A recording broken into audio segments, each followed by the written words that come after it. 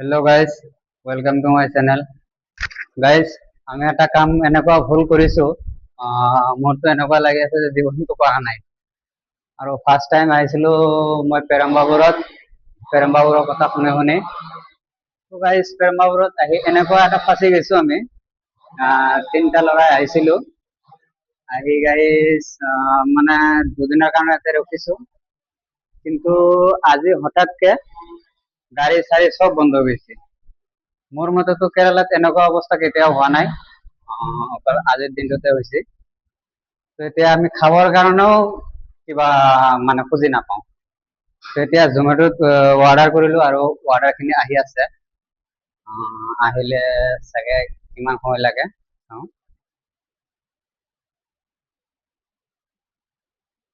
Ready class 40 minute সময় লাগিব। তো গাইজ অৰ্ডাৰটো আহক, তাৰপিছত আমি দেখাম কি কি অৰ্ডাৰ কৰিছো। আৰু আপোনালোকে এনেকুৱা ভুল নকৰিব, বস্তুটো অলপ চাই চিতি আহিব।